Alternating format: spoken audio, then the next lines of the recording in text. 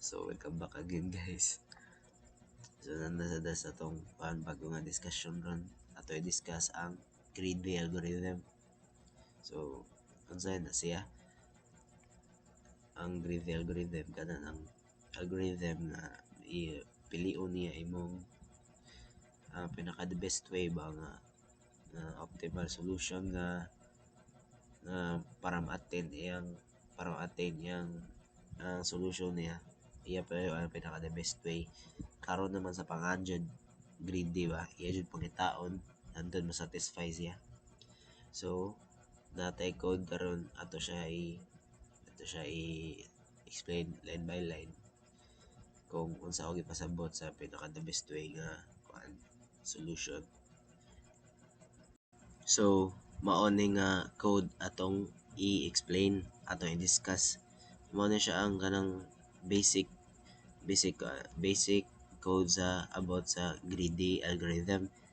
Kay kaning pagsinsiyo or pag coin change na to mao na siya basic nga sabi natay necessity nya atong available lang nga coins kay 5 Gs og piso ra. So di jud mo sukli og Gs og 5 ra og 5 kay ma 20 na. So atong i kuan nga coins atong isukli nga coins kay Gs 5 og 2 ka piso. So mao na siya ang pinaka-optimize nga solution para maabot nito ang 17. Kay para dili na magkuan ba masobra. On point jud siya, on point mo na siya ang greedy. Pinaka the best nga solution jud ang pangitaon.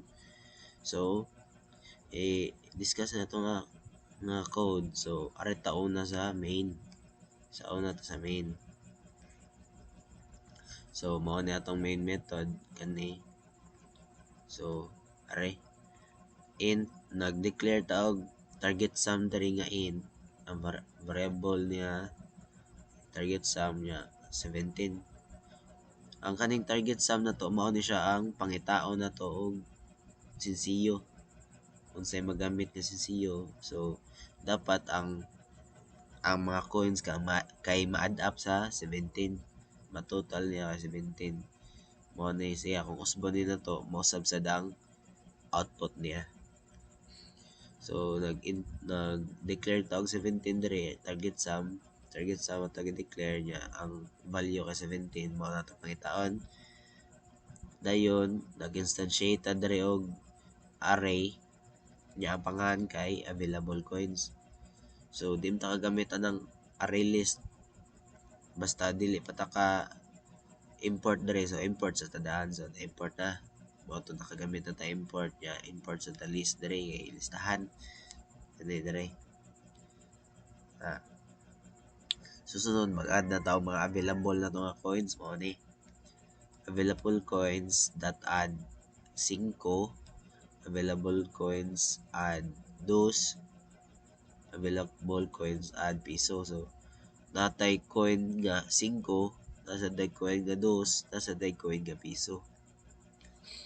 So dali na pod list integer result mo na ni ang mo pangita sa mao na ni ang mohatag sa result na to kung unsa nga coins ang gamiton para ma-achieve ni ang 17.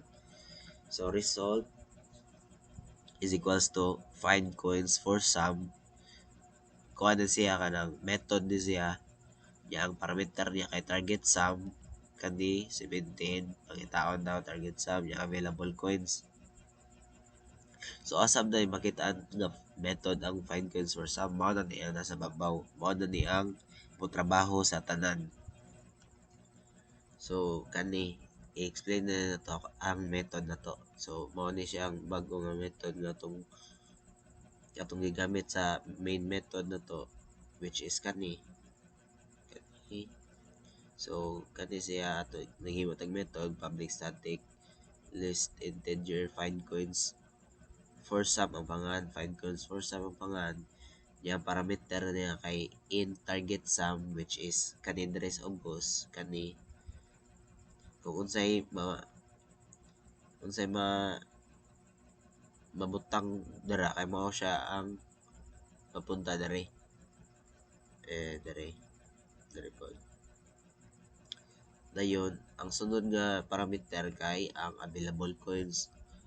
Iya sad ibutang isud ang available coins diri kay para matarong og kanang calculate jud ba. So unsay sud sa atong method nga find coins for sum. So ang sud dira niya kay kani less integer na instantiate na punta niya solution set new array list.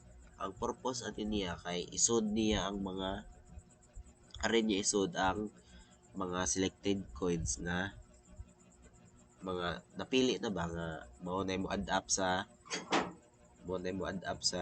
kuan sa sensiyo nya kani in current sum gi-declare na to ang current sum nga 0 kay mutubo na siya unya na tungod ani siya tubo na tungod ani. So ang unsa pa isud diri ato diri nga for each in coin iterate siya sa available coins. Dayon ang sud sa atong for each loop diri kay int number of coins is equals to target minus current sum divided by coin. So ang number of coins dai kay mao na siya ang mo calculate kung pila ka buok coins ang gamit. Mo siya ang mo ma-determine ba kung unsa nga coins ang gamiton kay para dili malapas ya saktura ya. So dere for loop dere may for loop ang number of coins. Dayon igahuman sa for loop kung makita niya ang coins nga ma-determine dere sa number of coins kay mabutang dere sa solution set. Mabutangan na og coin dere kay dere mao niya mo muda sa mga coins ha. So kung makita na og coin dere sa for loop dere na masud ma-add na dere. So kung kani moingon dere nga nakakita kog 5 iyay ka pangita sa for loop nga na 5 pwede ang 5 mapunta dere ma-add dere sa coin. Dayon mo increment dayon to ang current sum na to kay na pun-an na mo og 5. So kung unsa gani ang sabi mapun-an og 5 so ma 5 na sa dere 5 na po na dira nya kung katong 5 nga na-add or na determine dere kay ma-add sad mo tay mo add sa current sum na to kung 5 gani kay mo add sa 5 sa current sum yung 5 to dira. So mao ra to ang sud sa atong find coins for sum.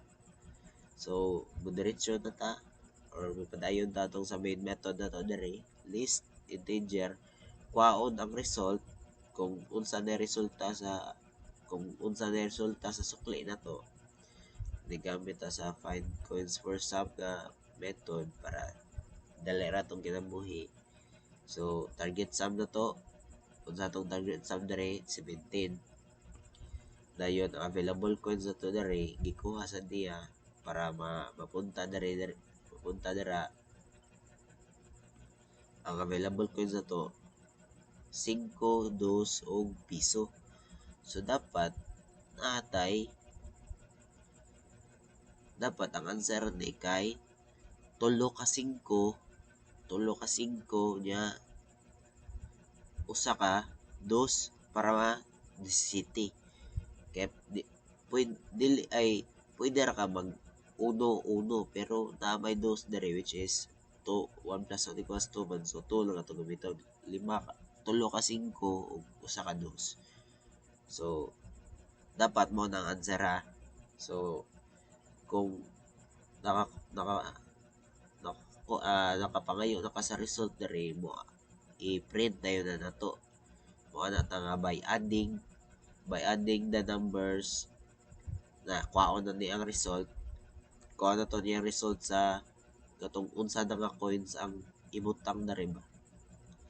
Paading na result dapat ang mugawas ani kaparan kay tulo ka 5 ug usa ka 2. By adding the numbers katong tulo ka 5 ug usa ka 2, the sum is makita na diri sa kaning result plus dot stream that map to in integer kani siya kay kuan na ni nga makuha ang total sum ba, makuha ang total sum niya sa kaning result. So mo to mag-expect ang output ano niya kay tulo ka 5 ug duha usa ka 2. So ato iparan na to run file.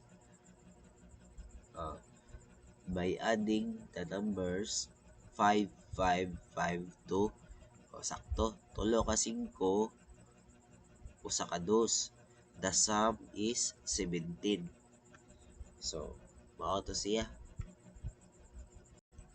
So maoro to guys, thanks for watching and I hope na katuon mo nako